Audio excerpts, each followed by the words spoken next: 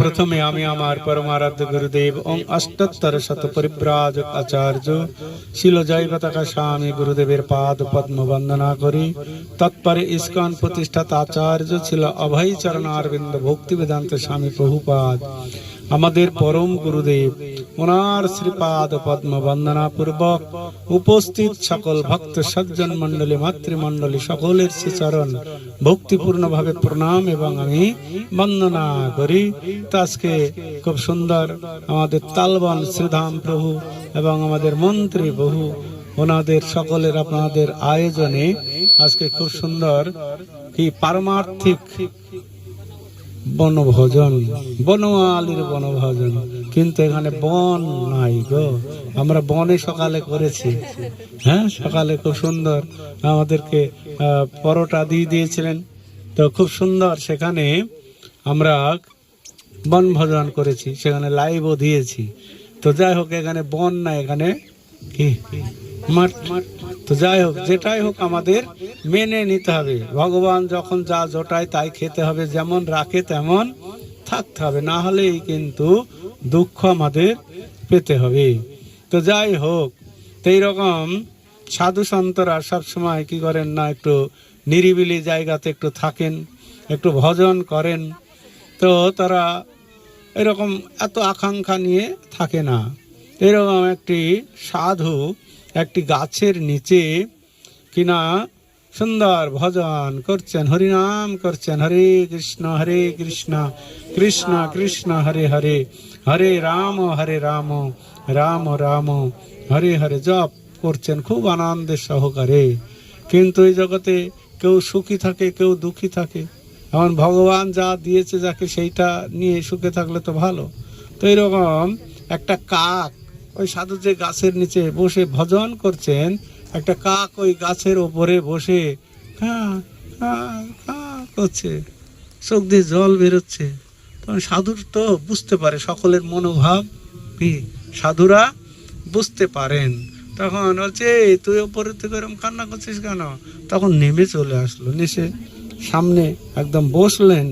তো বসে তো তখন বলছে, বাবা আমার যা দুঃখ, হ্যাঁ আর কার কাছে বলবো, সেই জন্য কান্না করছে। কি দুঃখ তোমার? বলছে, হে সাধু বাবা, আমাকে কেউ ভালোবাসে না, আমাকে কেউ ভালোবাসে না। কেন? বলছে, আমি যে দেখতে কালো। যেমন যারা কালো ছেলে, কালো মেয়ে কি কেউ কি ভালোবাসে নাকি? কালো মেয়ে আর কালো ছেলে এরকম কাউকে কেউ পছন্দ করে না। পছন্দ করে নাকি? সবাই একটু সাদা চামড়া খোঁজে। হরে কৃষ্ণ। তো আসলে ওপরের চামড়াটা সাদা হলে হবে না, ভেতরটা দেখতে হবে। তো তখন সাধুবাবু বলছে, তো এখন ভগবান তোমাকে কালো করে পাঠিয়েছে, তো তুমি কি করতে চাও, কি চাও? বলছেন, সাধু বাবা এই যে কালো রং, তারপরে দেখো আমি কারোর বাড়িতে চালে বসলেই হয়ে তাড়িয়ে দেয়। হ্যাঁ, কেউ আমাকে আমার ডাক শুনে, কেউ আমার যে ডাক, কাকের কর্কশ রব বিষ ঢালে কানে, কোকিল অখিল প্রিয় সুমধুর গানে। তো আমার এই ডাক শুনে সবাই ঝালাফালা হয়ে যায়, কারো বাড়িতে বসলে এই যা যা যা যা। তারপরে ওই আমাকে তো কেউ খেতে দেয় না, কত রকমের এঁটো কাটা খেয়ে আমাকে কি বাঁচতে হয়। কাকরা কি খায়? লোকের বাড়ির এঁটো কাটায় ফেলে দেয় ডাস্টবিনে, তখন সেইগুলো গিয়ে খায়। তো এইরকম জীবন আর আমার ভালো লাগছে না। তো সাধু বাবা বলছেন, তুমি কি করতে চাও? বলছে, বাবা আমাকে আপনি একটা এই জীবনটা পরিবর্তন করে দিন। তো তুমি কি হতে চাও? বলছে, আমাকে একটা রাজহাঁস বানিয়ে দেন, রাজহংস। তো ঠিক আছে, তোমাকে আমি রাজহংস বানিয়ে দেব। তো রাজহংস খুব পছন্দ হচ্ছে তোমার? বলছে, হ্যাঁ, ওরা খুব ভালো, কত সুন্দর রং। তো ঠিক আছে, তুমি এক কাজ করো, তুমি যাকে যাকে ভালোবাসে তাদের কাছে গিয়ে জিজ্ঞাসা করো তাদের জীবনটা কেমন। যদি তোমাকে নিতে বলে তো তখন আসবে, আমি সেটা তোমাকে বানিয়ে দেব। রাজহংসকে গিয়ে জিজ্ঞাসা করো, হ্যাঁ কি সে কেমন সুখে আছে, সে কেমন আনন্দ পাচ্ছে, তো সেটা জিজ্ঞাসা করে আসো। তো তখন কাক আর কি করেন, উড়ে চলে গেলেন। উড়ে গিয়ে একটা সরোবরে দেখছে অনেকগুলো রাজহাঁস বিচরণ করছেন। তো তখন সেই কাকটা কিনারায় গিয়ে, আরে ভাই শোনো শোনো ভাই শোনো, তখন একটা রাজহাঁস এসে গেল সামনের দিকে। তো তখন কাক বলছে, তোমার জীবনটা কত সুন্দর, কত সুন্দর, জলের ভিতরে বিচরণ করছো, আর কত লোক এসে তোমাদের দেখছে, কত আনন্দ পাচ্ছে। বলছো তা পাচ্ছে, কিন্তু তুমি সুখী, তোমাকে দেখো কেউ তাড়ায় না, সবাই ভালোবাসে, খাবারও দিচ্ছে, আমাকে কেউ খাবার দেয় না, আমার রং দেখে সবাই কি অপছন্দ করে, তো তোমার কত সুন্দর সাদা রং, আর বিচরণ করতে সবাই ভালোবাসে। তখন হাঁস বলছে, আরে না রে ভাই রে, আমার জীবনটা সুখের নয়, এই যে আমাকে খেতে দেয় কি জন্য, ডিম দেব বলে। হ্যাঁ, এই ডিমগুলো আমি কত আশা করে মনে করে এই ডিমগুলো কি বাচ্চা পাড়াবো, আমার বংশবৃদ্ধি হবে, তো সেটা করতে দেয় না, আমাকে খাওয়াচ্ছে, ডিম দেবো, আর ওই ডিমগুলো নিয়ে কি করে সব খায়। তো আমার কত কষ্ট লাগে যে আমি বংশবৃদ্ধির জন্য এরকম ডিম পাড়ি, আর এরকম ভাবে সব নিয়ে নেয়। তারপরে কি না, শিয়াল কুকুরের কত ভয়, কোন সময় এসে কি ধরবে, তোমার তো সেই ভয় নাই, আছে তোমাকে কোনো কাক বিড়াল ধরবে না। তারপরে আরো ভয়, যখন আমরা এই হাঁস ডিম দিতে পারবো না, তখন হাঁস বিরিয়ানি বানাবে। কি তোমার কাক বিরিয়ানি কেউ খাবে না, খাবে?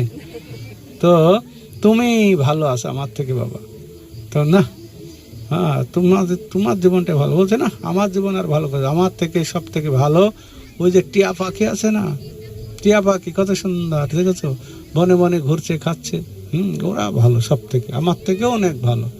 তখন কাক বলছে, তাহলে দেখি টিয়া পাখিটা কি বলে। এ তো খুশি না ওর জীবন পেয়ে, ওই টিয়া পাখির কাছে গেল, একটা জঙ্গলে দেখছেন অনেক টিয়া পাখি, হচ্ছে একটা টিয়া পাখি বলছে, আরে ভাই শোনো শোনো আমার কথা। বলছে কি, বলছে তোমার জীবনটা কত সুন্দর, দেখো গাছের রং আর সবুজ রং কত সুন্দর, তারপরে কত সুন্দর তুমি ডাকো, তারপরে গাছের ফলমূল খায়ে জীবন ধারণ করো, তা ঠিক, তুমি সুখী না রে ভাই, আমি সুখী না, আমাকে সব সময় ভয়ে ভয়ে থাকতে হয়, কোন সময় শিকারি এসে আমাকে ধরবে, আর ধরেই নিয়ে কি করবে না, খাঁচায় পুরবে, আর ওই বাজারে বিক্রি করবে, আর সারা জীবনের মতো খাঁচার ভিতরে বন্দি থাকতে হবে। ওই জীবনটা কখনো আমাকে সব সময় ভয়ে ভয়ে থাকতে হয়। তারপরে কুকুর বিড়াল কত রকমের ভয় আছে, কখন এসে ঘাড় চেপে ধরে বিড়ালগুলো, তো আমি সুখী না রে ভাই। তাহলে কে সুখী তোমাদের ভিতরে? বলছে ময়ূর সুখী। ময়ূর, তো বৃন্দাবনে ময়ূর আছে না, কত সুন্দর, ভালো লাগে, তো ময়ূর সুখী, ময়ূর দেখেছো কত সুন্দর। তো তখন একদম বৃন্দাবনে চলে গেলেন কি কাক, বৃন্দাবনে খুঁজতে খুঁজতে একটা ময়ূর বলছে, আরে ভাই শোনো শোনো। বলছে কি ভাই, তুমি কত সুন্দর, দেখো সবাই এসে তোমাকে হাত বুলিয়ে দেয়, যত্ন করে, খেতে দেয়, আর তুমি যখন পেখম তুলে নাচো, কি কত সুন্দর দেখতে লাগে, সবাই তোমার প্রতি খুশি। আর এই ময়ূর দেখতে গেলে আমাদের বৃন্দাবনে যেতে হবে, এদিকে ময়ূর, সেদিন আমরা কোথায় যেতেছিলাম যেন, সেখানে অনেকগুলো ময়ূর দেখা গেল, ঝাড়গ্রামে। তো ময়ূর দেখতে গেলে বৃন্দাবনে যেতে হবে, না হলে চিড়িয়াখানায় যেতে হবে, কিন্তু চিড়িয়াখানার ময়ূরগুলো তো সুখী নয় যে বন্দি করে রেখেছে। তো বৃন্দাবনে এখনো সেই ময়ূর নাচছে, এখনো সেই বৃন্দাবনে বাঁশি বাজে রে, এখনো সেই বৃন্দাবনে বাঁশি বাজে রে, বাঁশি শুনে বনে বনে ময়ূর নাচে রে, এখনো সেই বৃন্দাবনে বাঁশি বাজে রে।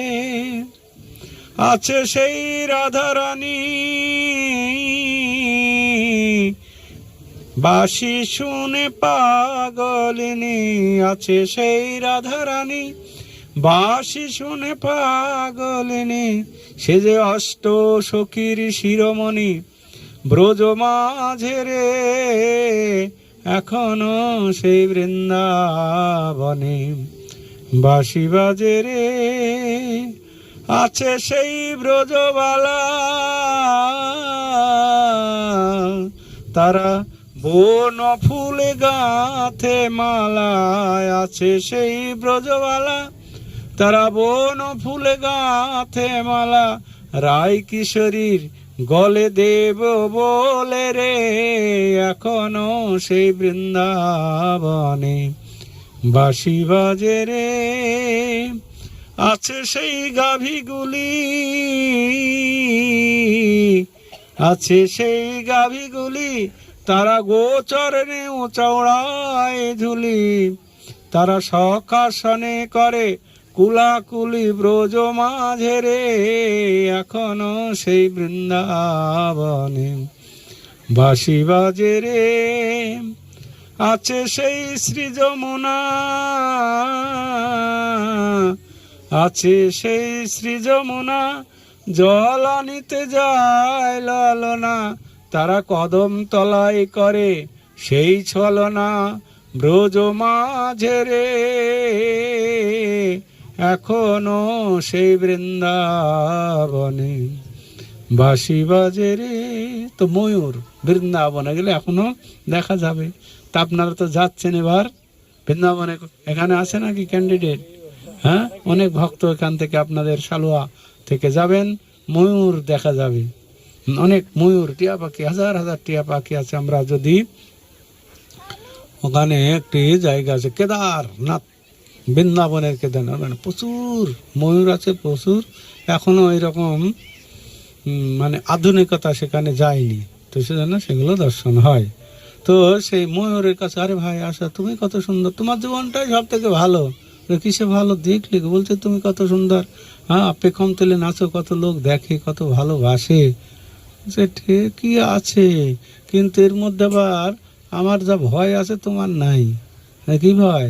বলছে এরকম শিকারীরা ফাঁদ পেতে রাখে, শিকারীরা তা আমাকে ধরে ধরে কি করে নয় তাজায় ওই ময়ূরের যে পাখাগুলো, ময়ূরের পুচ্ছগুলো একদম টেনে তোলে, টেনে টেনে তোলে। তো একটা চুল টান দিলে কেমন ব্যথা লাগে। আর ওই পেখম বলে পাখাগুলো টেনে টেনে তুলে কি যন্ত্রণা, তুমি তার বুঝো না। তারপরে এরকম, তারপরে কি করবে, পাখা টাকা তোলার পরে তারপরে কি করবে না, ময়ূর বিরিয়ানি বানাবে, ময়ূর বিরিয়ানি। তো দেখো আমার জীবনটা কোথায় ভালো, তোমার জীবনটাই ভালো। তোমার কেউ কাক বিরিয়ানি কেউ করবে না, কাক বিরিয়ানি কেউ করবে, কাকের মাংস কেউ খাবে? তো তুমি যেখানে যাও কোনো ভয় নাই, তোমার জীবনটাই ভালো আছে। তা এখন কাকটা দেখছি সত্যি তো যার কাছে যাচ্ছি তার কি দেখছি বহু রকমের প্রবলেম, বহু ভয়, কত কিছু। তা আমি তো ভালো আছি, একদম উড়ে সাধুর কাছে এসে গেলো, এই তাহলে কোন জীবনটা নিবি বল? হ্যাঁ সেইটাই দেবো। বলছে না বাবা, আমি যেটাই আছি সেইটাই ভালো, আমার কোনো ভয় না, সবার কাছেই গেলাম, কত রকমের সমস্যা। তা আমাদের এইরকম, এই জীবনটা এরকম। হ্যাঁ, যার কাছে যাব কি বা দেখবো কত রকমের সমস্যা বা কিছু। তো যে ভাবে আমরা আছি, যেমন ভগবান রেখেছে, যেমন আমাদের দিয়েছে সব কিছু, টাকা পয়সা রূপ যৌবন সব কিছু, তার মধ্যে থেকেই আমাদের সুখে থাকতে হবে। অনেক অনেক ধন্যবাদ দিতে হবে। হে হে কৃষ্ণ, এইরকম আমার বাড়ি পাওয়ার কথা ছিল না, তো তুমি আমাকে কত সুন্দর একটা বাড়ি দিয়েছো, কত সুন্দর একটা স্বামী দিয়েছো, কত সুন্দর একটা স্ত্রী দিয়েছো। এরকম পাওয়ার কথা নয় তো। আমি আমার যে স্ত্রী কত সুন্দর, এরকম পাওয়ার কথা না, তাও আপনি আমাকে কৃপা করে দিয়েছেন। অনেকের স্বামী কত সুন্দর। হ্যাঁ, এরকম ভগবানকে ধন্যবাদ দিতে হবে যে আমার এগুলো পাওয়ার কথা না, তথাপি আমি পেয়েছি প্রভু, আপনার কৃপা, আপনাকে অসংখ্য অসংখ্য ধন্যবাদ। তো এরকম খুশিতে থাকতে হবে, না হলে কিন্তু হবে না। যথা লাভে সন্তুষ্ট থাকতে হবে। আর যদি সন্তুষ্ট না হব, ধীরে ধীরে অসন্তুষ্ট আমাদের বাড়বে, অন্যের দেখে আমাদের ভেতরে জ্বলতে থাকবে, ওই কত সুন্দর দেখতে, কত ধনী, কত কিছু। না, ভগবান আমাকে যা দিয়েছে, হরে কৃষ্ণ, আমি খুব ভালো আছি। তো এইরকম